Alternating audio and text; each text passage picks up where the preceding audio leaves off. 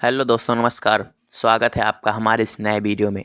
तो आज हम सिकंदर और चंद्रगुप्त मौर्य के बारे में बताने वाले हैं, जिसमें से आपको बताएंगे कि मगध में चंद्रगुप्त मौर्य ने कैसे अपना साम्राज्य स्थापित किया और कैसे चाणक्य ने चालाकी से सिकंदर को भारत में आक्रमण नहीं करने दिया। तो इससे पहले थोड़ा सा मगध के बारे में जानते हैं। मगध क्या था?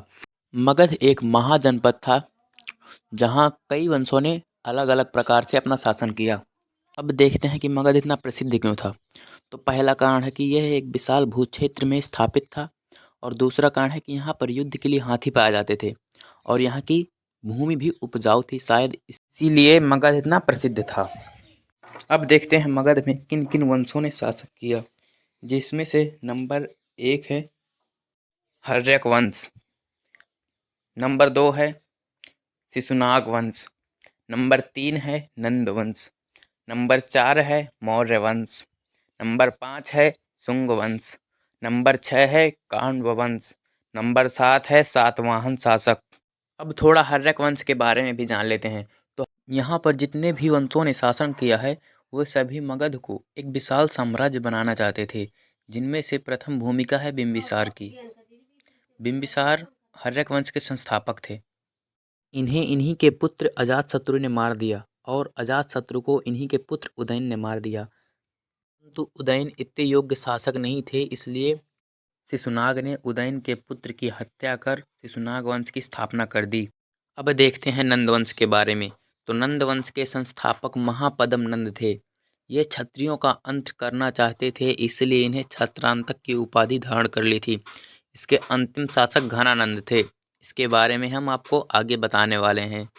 महापद्म नंद एक योग्य शासक थे, परंतु घनानंद उतने योग्य नहीं थे, इसलिए चंद्रगुप्त मौर्य ने घनानंद को पराजित करके मौर्य वंश की स्थापना कर दी। मौर्य वंश के संस्थापक चंद्रगुप्त मौर्य थे, और इनके गुरु का नाम चाणक्य था, और इनके पुत्र का नाम बिंदुसार था। बिंदुसार के पुत्र का नाम अशोक था। इसका समय 321 ईसा पूर्व से 185 ईसा पूर्व माना जाता है। इतिहासकारों ने अशोक को एक महान शासक माना है। अब जानते हैं घनानंद के बारे में। तो घनानंद एक अयोग्य शासक था, हमने यह आपको बता दिया है। घनानंद एक अय्याश राजा था। यह शराब पीकर इधर उधर पड़ा रहता था। परंतु यह वही दौर था जब सिकंदर अपने विश्व विजेता बनने का सपना देख रहा था, और वह विश्व विजेता सपना पूरा करने के लिए भारत पर आक्रमण करने वाला था, जिसमें से मगध एक विशेष महाजनपद था। इसलिए वह मगध पर हमले के लिए रावी नदी के तट पर तैयार खड़ा था। रावी नदी के पार करते ही सिकंदर भारत पर घुस जाता, परंतु इसकी खबर चाणक्य को पहले लग चुकी थी, और चाणक्य घनानंद को समझाने के लिए उसके राज दरबार में जाते हैं। परंतु घनानंद नशे में ध्वस्त होता है और चाणक्य का अपमान कर महल के बाहर फेंकवा देता है, जिसके कारण चंद्रगुप्त मौर्य के गुरु चाणक्य की शिखा खुल जाती है, और वह कसम खाते हैं कि जब तक मैं तुम्हारा सर्वनाश नहीं करवा दूंगा, मैं शिखा नहीं बांधूंगा।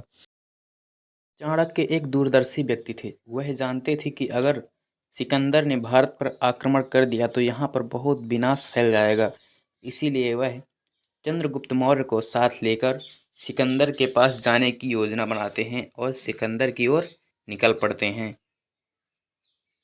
उधर सिकंदर अपनी सेना के साथ रावी नदी को पार करके भारत में आक्रमण करने की योजना बना रहा था। नो डाउट सिकंदर के पास बहुत सारी सेना थी, और उस समय भारत में ऐसा कोई भी शासक नहीं था कि सिकंदर का मुकाबला कर पाता। इसलिए चाणक्य ने चंद्रगुप्त मौर्य को सैनिक के भेष में सिकंदर की सेना में शामिल कर देते हैं, और चाणक्य सिकंदर से मिलते हैं और सिकंदर से कहते हैं कि महाराज, आप रावी नदी को पार कर भारत में मत जाइएगा, क्योंकि भारत देवताओं की भूमि है, और वहाँ जो कोई भी आक्रमण के उद्देश्य से जाता है तो उसका कुछ अहित हो जाता है। यह अंधविश्वास सेना में आग की तरह फैल जाता है, और चंद्रगुप्त मौर्य उधर सेना के भेष में सेना को धीरे धीरे करके मार रहे थे। सिकंदर के पास मुख्य बाधा थी रावी नदी। रावी नदी को पार करने से उनकी सेना भी घबराने लगी थी, क्योंकि सेना के भेष में चंद्रगुप्त मौर्य भी सिकंदर की सेना में शामिल होकर उनकी सेना को धीरे धीरे करके मारने लगे थे। इससे सिकंदर की सेना बहुत ज़्यादा डर जाती है, और सिकंदर से वापस लौट जाने का प्रस्ताव रखती है। सिकंदर भी वापस लौट जाने को मजबूर हो जाते हैं क्योंकि सेना में बहुत ज़्यादा दहशत फैल चुकी थी उस समय, और सेना ने बिल्कुल साफ मना कर दिया था कि हम रावी नदी के पार बिल्कुल भी नहीं जाएंगे। परंतु थल सेनापति सेल्यूकस निकेटर को कुछ गड़बड़ लग रहा था। फिर भी सिकंदर को वापस लौटना पड़ा क्योंकि सेना बहुत ही ज़्यादा डर चुकी थी और सिकंदर वापस लौट गए। इधर चाणक्य और चंद्रगुप्त ने मिलकर धनानंद की सेना का विध्वंस करते हुए घनानंद को पराजित कर दिया और मगध में मौर्य वंश की पताका लहरा दी और चंद्रगुप्त ने मौर्य वंश की स्थापना कर दी। चाणक्य को अपना मंत्री बना लिया क्योंकि चाणक्य की वजह से ही वह घनानंद को पराजित कर पाए थे।